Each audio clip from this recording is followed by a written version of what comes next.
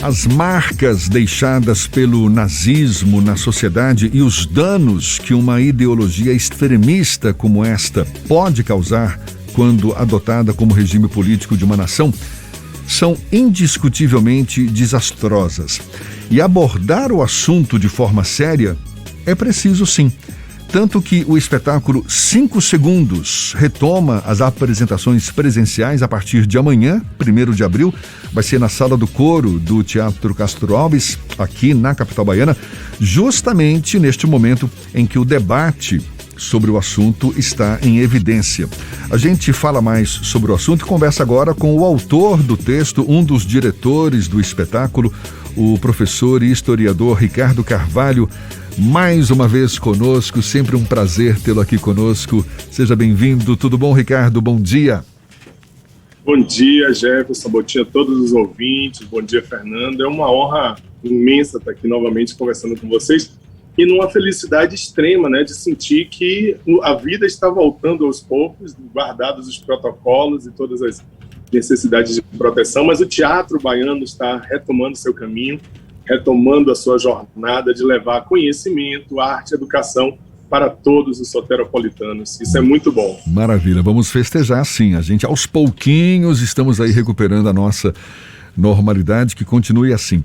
Você é um cara que toca num ponto muito sensível, não é? Essa questão do nazismo, dessa ideologia extrema, e você parte do princípio de que um dos papéis da educação e da arte é também este de impedir tentativas sutis ou até escancaradas de se utilizar de princípios democráticos para abrir espaço para o discurso nazista. É por aí, Ricardo?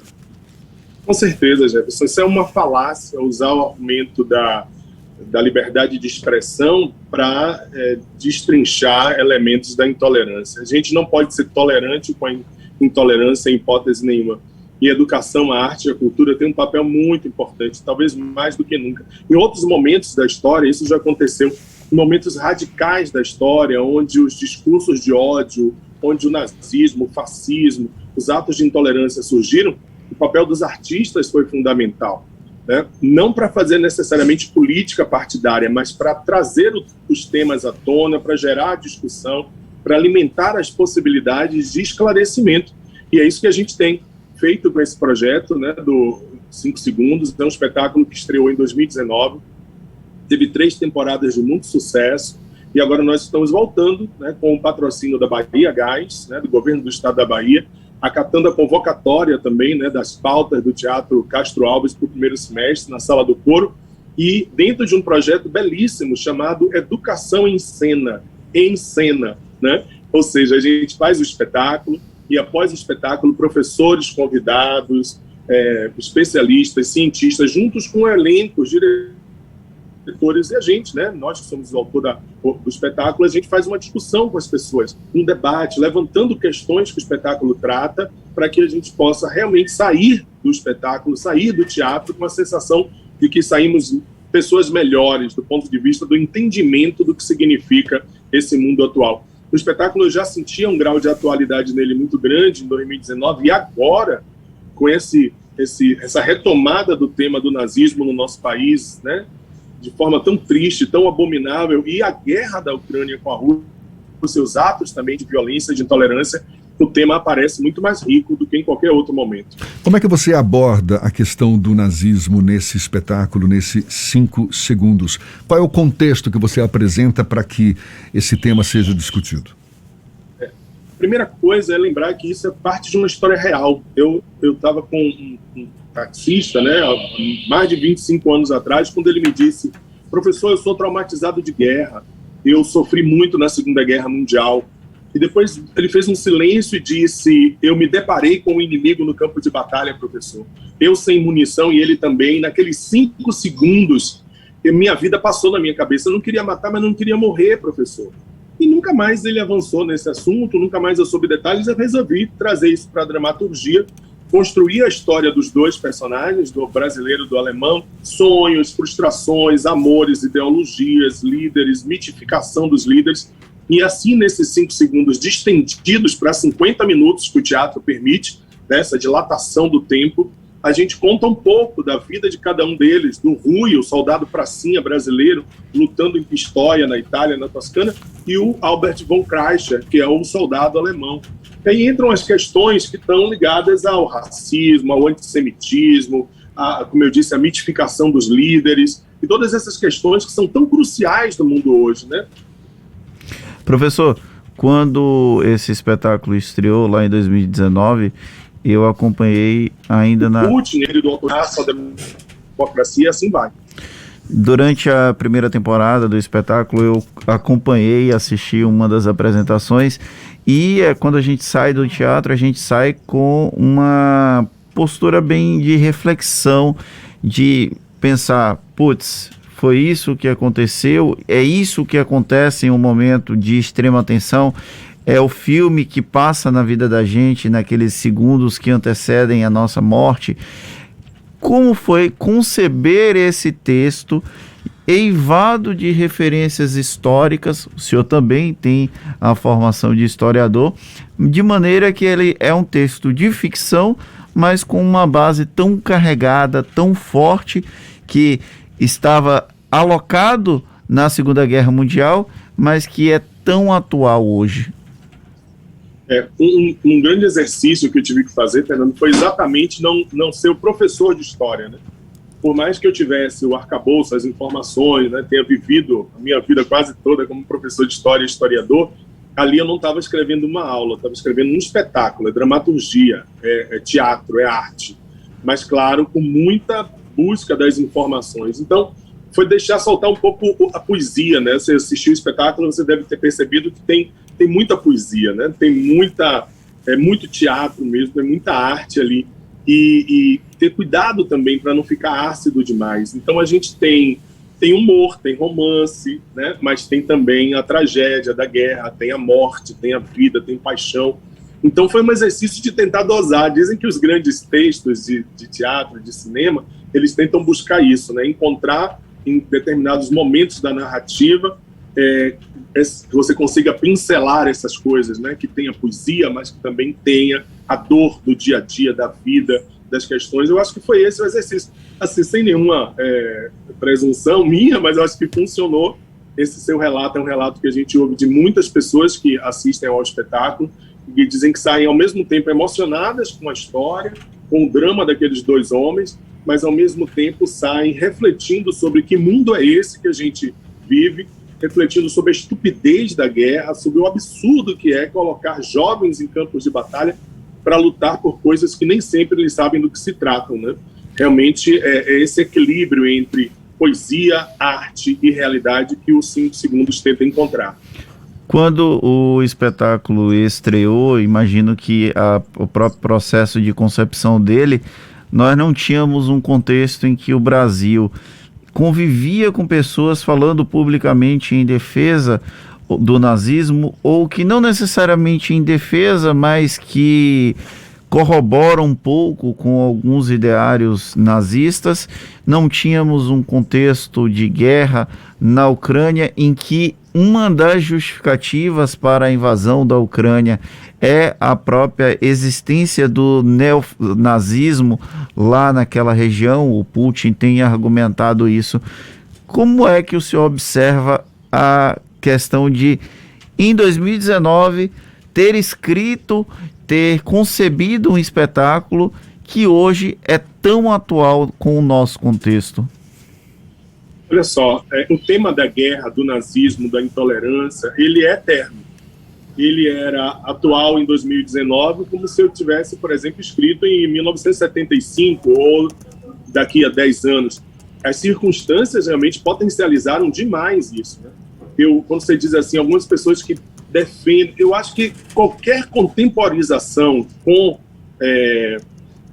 o nazismo, qualquer flexibilização com o nazismo é uma defesa do nazismo. Eu não consigo, se você diz assim, veja bem para mim já é grave, já é criminoso. Não dá para se contemporizar, diminuir o peso de algo que matou 6 milhões de pessoas, que levou uma guerra que matou 70 milhões de indivíduos. A gente não pode, como diz a juventude, a gente faz a peça também muito voltada para a moçada de hoje, né? Muitos alunos nossos, ex-alunos vão, a juventude, a gente conclama a juventude também que vai assistir, o meninada fala, não pode passar o pano, né? Isso virou uma gíria aí. A gente não pode passar o pano no nazismo.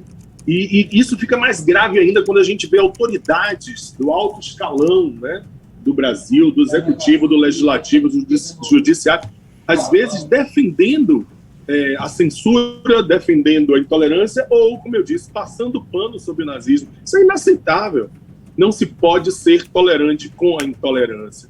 Nós precisamos expurgar a ameaça do fascismo de todas as formas. Eu espero que seja pela via do voto, que esse é o grande poder que a democracia nos dá. Mas a gente precisa, daqui a 100 anos, falar do nazismo apenas como algo histórico e não falar como hoje, em 2022, como algo que está presente no nosso convívio, ao nosso lado. Quem sabe nosso vizinho é um daqueles que diz, não, veja bem, o nazismo não é uma coisa tão grave assim, né? Então é isso que a gente precisa expurgar. A arte vai contribuir com isso. A poesia, a literatura, a música, o cinema são ferramentas poderosas para a gente ir gradualmente transformando o nazismo em algo do passado e não algo que ainda, infelizmente, nós temos que conviver no mundo contemporâneo. Estamos aqui levando um papo com o professor historiador Ricardo Carvalho, autor do texto 5 Segundos, espetáculo que retoma as apresentações presenciais a partir de amanhã na Sala do Coro do Teatro Castro Alves, um dos diretores também do espetáculo. Ricardo, você estava falando agora, né? O tema nazismo é eterno, mas a gente, de certa forma, pelo menos é a minha percepção, a gente não falava tanto do nazismo como fenômeno atual, eu digo, num passado recente. Era muito mais uma referência ao nazismo, por exemplo, praticado na Grande Guerra. Você, como observador, como estudioso que é, qual teria sido o fator que fez com que o tema ressurgisse com tanta força nesse momento? Muito bem, Jefferson. É porque esse fenômeno é cíclico e ele está muito contundentemente vinculado aos períodos de crise, como foi lá no período entre guerras, nos anos 30. Os efeitos da Primeira Guerra, os efeitos da crise de 29. Dessa vez agora nós tivemos um conjunto de fatores, uma crise econômica planetária, ainda revérbero da subprime de 2008, a pandemia, que alimentou o discurso negacionista, que é das coisas mais estúpidas que a humanidade criou. Nós construímos a ciência desde a Grécia Antiga, são 2.500 anos de racionalismo, 2.500 anos de ciência, e aparecem pessoas com teorias as mais estapafúrdias defendendo a anticiência. Então, esse tipo de fenômeno ele vem da crise. A pandemia acelerou isso. Eu acho que o fato das pessoas estarem mais concentradas nas redes sociais e sendo bombardeadas de informações que nem sempre são selecionadas, né? Muitas delas, as famosas fake news, alimentam teorias conspiratórias e tal. E isso vai dando liberdade às pessoas e dando palanque às pessoas que têm o ódio no coração. Porque não venha me dizer que o nazismo é um fenômeno só histórico, ideológico. Ele é moral, ele é de caráter. Eu não consigo imaginar Martin Luther King, Mahatma Gandhi, Irmã Dulce, Maria Teresa de Calcutá, Divaldo Franco, Chico Xavier, ou qualquer outro um desses grandes avatares da paz, defendendo o nazismo. O nazismo ele está na boca das pessoas que acalentam a intolerância, o ódio, a separação, né, que não aceitam a diversidade, que não aceitam a liberdade, que querem manipular a democracia. Então, se nós, no Brasil, na última eleição, houve, digamos assim, um beneplácito à chegada ao poder de um discurso que é um discurso sectário, que é um discurso que se aproxima da extrema-direita, não oficialmente, mas, como eu disse, contemporiza com o discurso da intolerância. E isso, claro, isso é como se dissesse, ok, valeu, você pode ser assim, porque existe um discurso que vem de cima que meio que autoriza você a agir. Então foi uma conjunção de fatores. Aí veio a eleição de Trump, né? Veio a necessidade, entre aspas, da Rússia de se estabelecer novamente como líder no mundo diante da ascensão da China, dos Estados Unidos, da União Europeia. Então foi uma conjunção de fatores, é cíclico, é por isso que eu digo que eu espero que da próxima vez, daqui a 30, 40 anos, quando se voltar a falar de nazismo, de fascismo, ele venha com muito menos força, mais fraco do que está aparecendo nesse momento.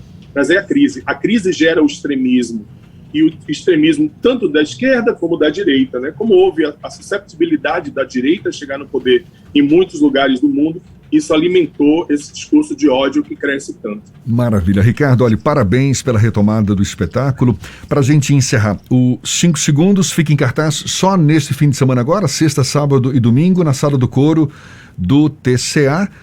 É isso? Exatamente. Às 20 horas, TCA, Sala do Coro do Teatro Castro Alves, esse grande aparelho cênico, talvez dos mais charmosos e mais bem aparelhados do Brasil, dentro do projeto Educação em Cena, né, patrocinado pela Bahia Gás, governo do Estado da Bahia, com apoio da Secretaria de Cultura do Estado da Bahia e do Teatro Castro Alves, com direção nossa, de Alain Miranda, Daniel Arcades, 3 atores jovens fantásticos em cena, né, Marília Carvalho, Igor Epifânio e o nosso querido Felipe Veloso, estourado aí nos canais de streams, com vários filmes, várias séries aí em vários canais. Então esse é o nosso elenco e o mais importante, vocês, queridos ouvintes da Tarde FM, sentados na plateia, assistindo ao nosso espetáculo e aguardando para a gente bater um bom papo dentro do projeto Educação em Cena, depois, né, que se encerrar, que fecharem-se as cortinas, a gente aguarda vocês. Ah, que legal. E com a participação de Marília Carvalho, dê um beijo nela por mim, viu? Ah, tá certo. Sucesso para você nessa retomada do espetáculo e seja sempre bem-vindo aqui conosco, você tem lugar garantido aqui, um prazer sempre falar com você, Ricardo.